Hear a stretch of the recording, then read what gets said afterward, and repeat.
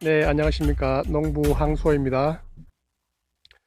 오늘은 복숭아 나무 정지 전쟁에 대해서 좀 더 알아보도록 하겠습니다. 사실 복숭아 나무 전쟁은 초보자에게는 매우 어려운 작업이죠.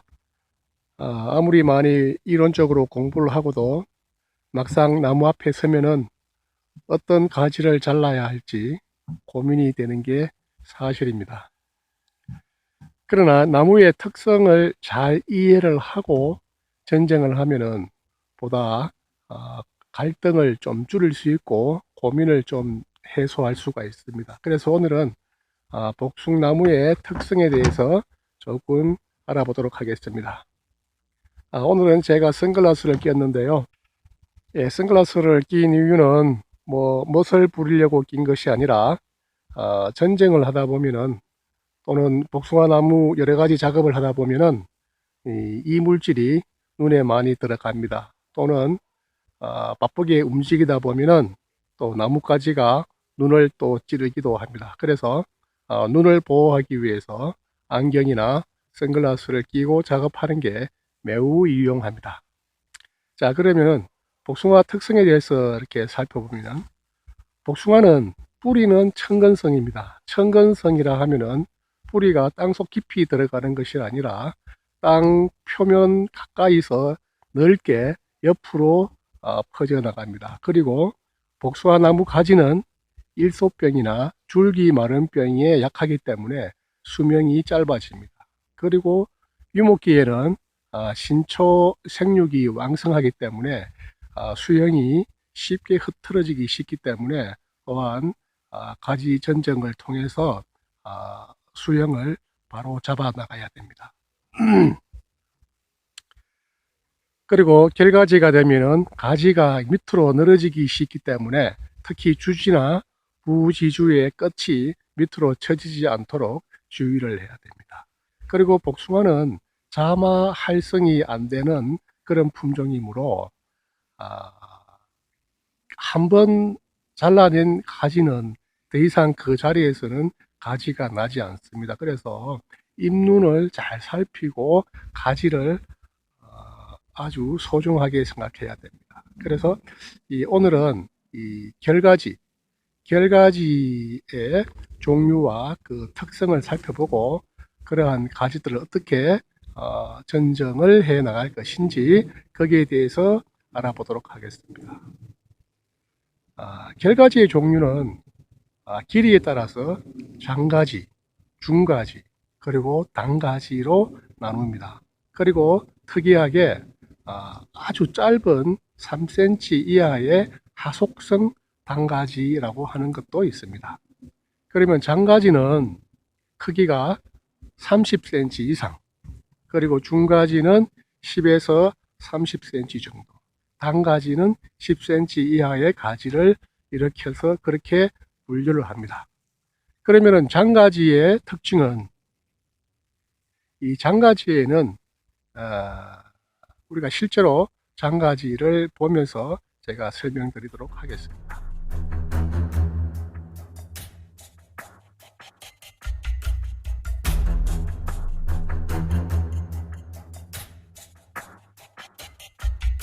네, 여기서 보시는 바와 같이 장가지는 주지에서 또는 그 부지주나 격가지에서 이렇게 길게 뻗어나온 가지, 이 가지가 지금 현재 한 50cm쯤 되는데 30cm 이상 되는 가지를 장가지라고 이렇게 구분을 합니다. 이 장가지에는 꽃눈과 잎눈이 잘 나 있습니다. 그래서 이 장가지에는 꽃눈뿐만이 아니라 잎눈이 있기 때문에 언제든지 여기에서 잎이나 결가지가 나올 수가 있고, 그리고 이 장가지는 이 끝단 부위가 성실하지 못할 경우가 있습니다. 이렇게 끝단 부위에 눈이 없을 경우에는 잎눈을 보고, 잎눈이 아래쪽에 나 있는 것을 보고 한 3분의 1, 한 4분의 1 지점에서 절단을 해주면 됩니다.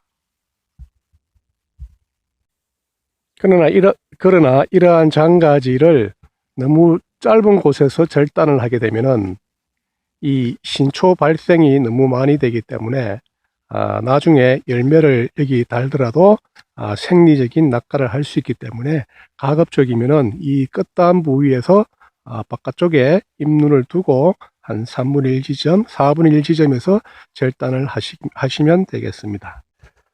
여기에 보이는 이 결가지는 중가지입니다. 길이가 약 한 25cm 정도 되는 길이인데 이 중가지에는 꽃눈이 잎눈보다 많이 있습니다. 빈약한 가지에는 잎눈이 없는 것도 있지만 대체로 꽃눈이 많고 잎눈도 군데군데 몇 개가 나 있습니다. 그리고 반드시 끝에는 잎눈으로 형성되어 있습니다. 장가지나 중가지나 단가지의 끝은 항상 잎눈으로 되어 있습니다. 해서 이 결가지에 잎눈이 없다면 이 끝은 절대로 절단하면 안 됩니다. 다시는 여기에서 잎이 나지 않기 때문에 절대로 절단을 하면은 다음에 결가지를 얻을 수가 없습니다. 복숭아 나무의 중요한 것은 항상 결가지를 얻어야 됩니다. 이 결가지는 1년 전에 이미 형성되는 것이기 때문에 올해 전정할 때 내년에 결가지를 어떻게 형성시킬 것인가 그것을 염두에 두고 전정을 해야 됩니다.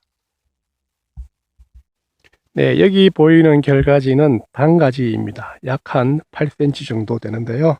이 단가지의 특성은 거의 꽃눈으로 형성되어 있고 이 끝만 잎눈으로 형성되어 있습니다. 그래서 전정할 때는 절대로 이 끝은 절단하면은 안 됩니다. 그래야 내년에 올해 여기 여름에 여기서 신초가 sinh 장되고 내년에 또 결가지로 이용할 수가 있습니다. 이렇게 중가지나 단가지는 잎이 많이 나지 않기 때문에 결가부 상승이 일어나기 쉽습니다. 왜냐하면 원래 여기서 복숭아를 하나 달아먹고 여기서 신초가 발생해서 내년에 여기서 또 복숭아를 달아먹고 또 내후년에는 여기서 또 복숭아를 달아먹고 그러면은 자꾸 결가부가 상승되는 그러한 단점이 있는 것이죠. 그러면은 결가지가 부족하지 않나요?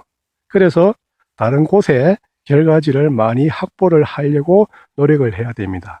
예를 들어서 이 위에 도장성 가지가 하늘로 솟구쳐 있는데 전정을 할 때 여기서 자름을 해야 됩니다. 이 도장지 가지에는 가위를 달지 않거든요. 그러면은 이 자름 전정을 할 때 이 밑둥치를 잘라버리면은 이 부위에는 더 이상의 결가지가 형성되지 않기 때문에 이 도장지이지만 눈 하나 둘 두고 자르면은 여기에 있는 잎눈에서 원래 결가지가 형성되어서 내년에 결가지로 사용을 할 수가 있습니다. 이런 식으로 결가지 확보를 하는 것이 복숭아 나무는 매우 중요합니다. 네, 여기 보이는 가지를 하속성 단가지라고 표현을 합니다. 길이가 약 한 3cm 이하이고 이러한 가지에는 잎눈 발달이 안 되기 때문에 거의 2, 3년 후에는 거의 고사하고 맙니다. 해서 이러한 하속성 단가지는 발생이 안 되게끔 하는 것이 중요한데 이러한 하속성 단가지는 세력이 약하거나 또는 수령이 너무 오래된 나무에서 빈번하게 발생을 합니다. 그렇다면 장가지, 중가지, 단가지 중에서 어떠한 가지가 좋은 가지일까요?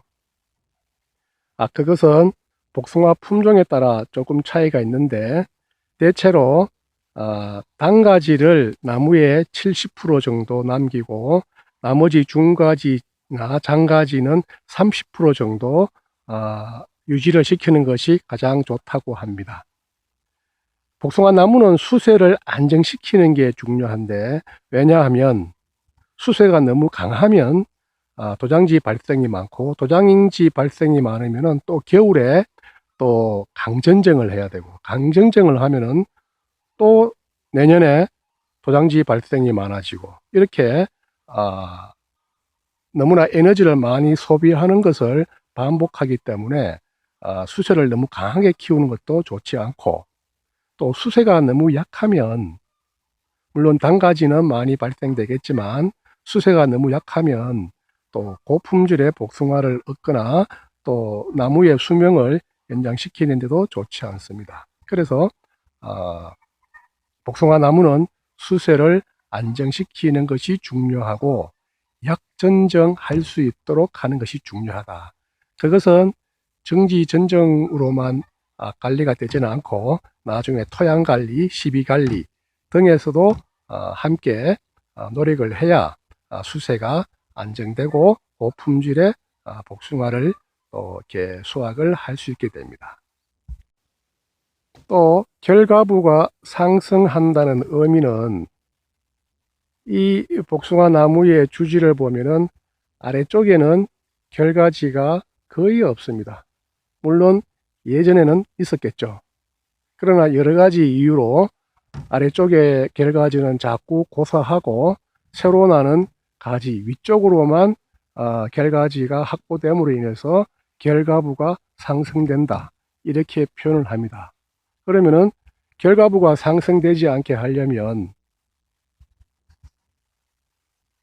이 나무처럼 이렇게 관리해서는 되지 않습니다. 복숭아 나무는 햇볕을 받지 않으면 고사해 버립니다. 그래서 복숭아 전정을 할 때 수관 내부에 햇볕이 골고루 들어갈 수 있도록 해줘야 되고, 아래쪽에 있는 가지에 햇볕이 충분히 들어갈 수 있도록, 그래서 위에서부터 아래쪽으로 내려오면서 전정을 하면서 그러한 것들을 골고루 살피면서 전정을 해줘야 됩니다. 한번 없어진 가지는 절대로 여기서 생기지 않습니다. 그래서 잎눈을 철저히 관리하고 오래오래 결과지를 생성하면서 유지하면서 복숭아 나무를 관리하면은 한 나무에서 많은 복숭아를 수확할 수 있는 지름길이 됩니다. 그리고 이렇게 가지가 없는, 결과지가 없는 나무는 햇볕을 너무 많이 받기 때문에 이 나무는 일소 피해를 받게 되고 나무가 갈라지고 터지는 현상이 발생돼서 수명이 단축되게 됩니다. 이러한 일소 피해를 방지하기 위해서는 덕면에 나와 있는 도장지를 완전히 다 자르지 말고 이것처럼 눈 한 두세 개 남겨서 전정을 하면은 여기에 잎이 신초가 발생해서 그늘을 지어주게 되므로 일소 피해를 줄일 수가 있습니다. 또 아니면 6월경 신초가 발생할 때 등 쪽에 올라오는 도장지가 발생됩니다. 이때 어린 줄기 상태에서 적심을 하면은 여기 보는 것 같이 밑둥치를 자르지 말고 2, 3cm 상단부를 잘라주면은 여기 보이는 것과 같이 결과지가 또 발생되는데, 이렇게 해서 덕면에 그늘을 지어주면은 일소 피해를 줄일 수가 있습니다. 아니면 덕면에 나 있는 이 결과지를 자르지 말고 원래 여기에 복숭아를 결실시켜서 복숭아 이 결과지가 이렇게 휘어지게 만들어 주면은 복숭아도 잘 자라고 또한 이 그늘을 또 주게 되므로 일소 피해를 방지할 수 있습니다. 이 덕면에 나 있는 이 도장지들을 반드시 다 제거하는 것만이 상책은 아닙니다. 일소 피해를 줄이기 위해서는 이 덕면에 나 있는 도장지도 잘 활용을 해야 되겠습니다. 네, 이상과 같이 복숭아 특성을 이용한 정지 정정 방법에 대해서 살펴보았습니다. 네, 복숭아 나무는 다른 나무와 약간 다른 특성이 있기 때문에 그러한 특성을 잘 이해를 하고 복숭아 나무 전정을 하게 되면 보다 손쉽게 복숭아를 전정할 수 있겠습니다. 올 겨울 전정 잘 하시고 좋은 결실 수확하시기를 바라겠습니다. 이상 농부 항소였습니다.